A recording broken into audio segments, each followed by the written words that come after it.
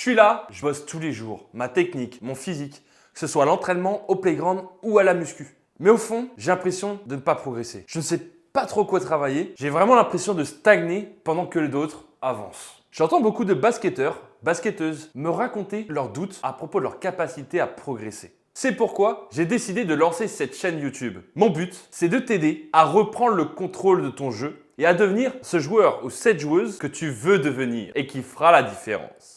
En attendant, active la cloche ci-dessous pour être au courant de ce qui s'y passe. Et sois attentif aux messages que j'ai à te faire passer. Il pourrait bien changer la perception de ton jeu, voire même celle de ta carrière. Qui suis-je pour te parler de ça? Moi, je m'appelle Quentin Bessonneau, je suis coach mental et coach de basket. Au fil des années, j'ai traversé des doutes, affronté des défis, mais j'ai surtout transformé mes échecs en une véritable opportunité. C'est dans ces moments que j'ai découvert la puissance du coaching mental. Un outil transformateur qui te fait passer du joueur lambda au joueur MVP que tu veux devenir. Let's do it! Ici, on parle sans filtre. On va droit au but, on se regarde en face et on passe à l'action. Alors tu es prêt à t'imposer? C'est tout de suite dans In The Zone by Coach Kyo. Ever since a young boy, I've been getting buckets. Ever since a young boy, I've been getting buckets. Pull it back, Kobe. Pull it back, Kobe. Hello les ballers, aujourd'hui on va parler d'un sujet qui touche absolument tout le monde, même les plus grands joueurs. Il s'agit de la peur de l'échec. Cette peur peut te paralyser en match. Elle peut t'empêcher de prendre tes responsabilités, de prendre des initiatives sur le terrain, voire même t'empêcher totalement de pouvoir jouer, pouvoir tirer, pouvoir attaquer ton défenseur, de t'exprimer réellement ton potentiel. En fait, elle peut carrément te faire douter de toi. J'ai une bonne nouvelle pour toi. Elle n'est pas une fatalité et on va tout de suite comprendre ensemble comment s'en libérer. Imagine, tu es à la fin du match, 86-86 au score et à ce moment-là, ton coach prend un temps mort. Sur sa plaquette, il dessine un schéma de jeu pour que ce soit toi qui puisses prendre le dernier tir dans les dernières secondes. Et là, tu peux sentir un peu le stress qui monte. Tu t'entends, et si je rate? Et si je rate, qu'est-ce qui va se passer? Qu'est-ce qui se passe si j'échoue? Et là, tu te mets à douter de toi. Résultat, tu stresses tellement. Tu penses tellement au fait de pouvoir rater, ne pas pouvoir réussir, c'est ce qui se passe. Tu hésites, tu tires mal, tu rates ton tir. Pourquoi? Eh bien tout simplement parce que tu t'es concentré sur le résultat au lieu de te concentrer sur la réalisation de ce tir. Alors la peur de l'échec vient souvent de trois choses. La première chose, c'est la pression que tu peux ressentir. Et dans la pression, tu peux la ressentir toi-même, mais elle peut aussi venir des autres, qui attendent un résultat de ta part. Elle peut venir aussi de tes coéquipiers, qui veulent que tu fasses gagner l'équipe. Elle peut venir aussi des parents. Ça, c'est une pression extérieure. Mais la pression n'est pas uniquement extérieure. Et ça peut être aussi toi qui peux te mettre cette pression-là. La deuxième chose qui peut expliquer cette peur d'échouer, besoin d'être parfait. D'ailleurs, pas uniquement le tien. On a tous un peu ce fantasme de vouloir tout réussir, de vouloir être parfait partout. Seulement, je ne connais aucune personne, en tout cas sur cette terre, qui réussit tout. Ni même Michael Jordan ou bien Stephen Curry d'ailleurs. Le besoin d'être parfait.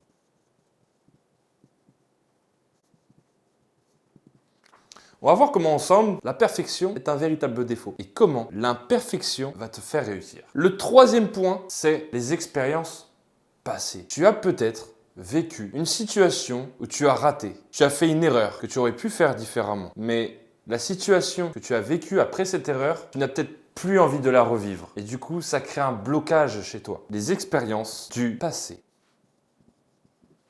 Ces trois points peuvent être des raisons pour lesquelles aujourd'hui tu ressens la peur d'échouer. Mais vois-tu, si je te disais que même les légendes du basket au monde vivaient les mêmes choses que toi. Regarde, Michael Jordan, qui dit comme ça que dans sa carrière, il a raté plus de 9000 tirs. Il a perdu plus de 260 matchs et raté plus de 26 fois au moment où on lui avait fait confiance. On lui a donné cette responsabilité de prendre le tir de la gagne. Il a raté encore et encore. Il nous dit comme ça que c'est pourquoi il a réussi aujourd'hui. Et c'est là la clé. Comprendre que l'échec fait partie de ton jeu et qu'il est une opportunité pour toi de réussir. La première erreur, c'est de croire qu'on doit être parfait. Et je comprends ce fantasme, qu'on veut être bon partout. As-tu vu Stephen Curry marquer tous ses paniers? Lui-même, sur l'ensemble de sa carrière, son pourcentage à 3 points ne dépasse pas 50%. Il rate forcément des tirs.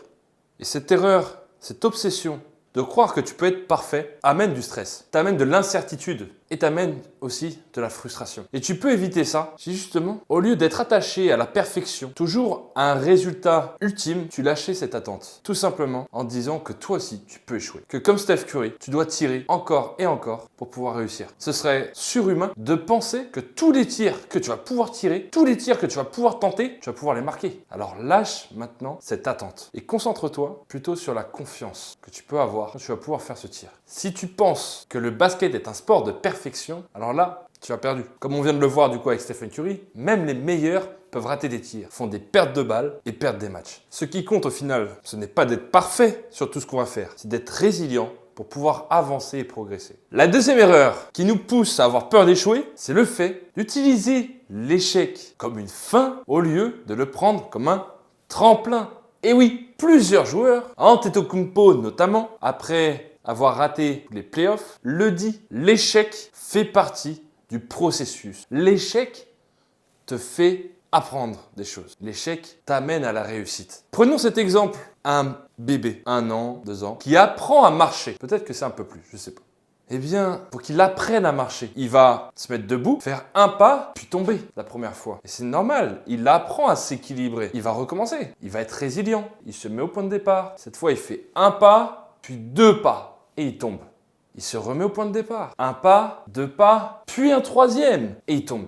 S'il regarde derrière lui le chemin déjà qu'il a parcouru, il a avancé par rapport au début. C'est ça en fait. De voir non pas l'échec comme une fin, mais plutôt comme un tremplin. Comme quelque chose qui va te faire avancer, qui va te faire progresser. Si tu rates un shoot au buzzer, alors peut-être que tu vas voir 5 matchs dans la saison où tu vas avoir la même opportunité. Si tu rates le premier shoot sur le premier match, peut-être que sur la seconde opportunité où le coach va te donner le tir, tu vas être beaucoup plus serein, tu vas être beaucoup plus préparé. Et toi aussi, tu vas retrouver ton équilibre au fur et à mesure. Pour que le 5e match, eh bien que ce soit toi qui puisse faire gagner ton équipe. Enfin, la 3e erreur, c'est d'être obsédé par le résultat au lieu d'être concentré sur le processus, sur ce que tu vas réaliser, sur l'action à réaliser. Si ton seul objectif au final, c'est de gagner, mais tu vas jouer tous les jours avec la peur au ventre. Les meilleurs ne se focalisent pas uniquement sur le score, mais ils vont se focaliser sur le processus, c'est-à-dire sur l'exécution. Comment ils vont se placer sur le terrain? Comment ils vont effectuer ce geste technique pour faire avancer leur équipe?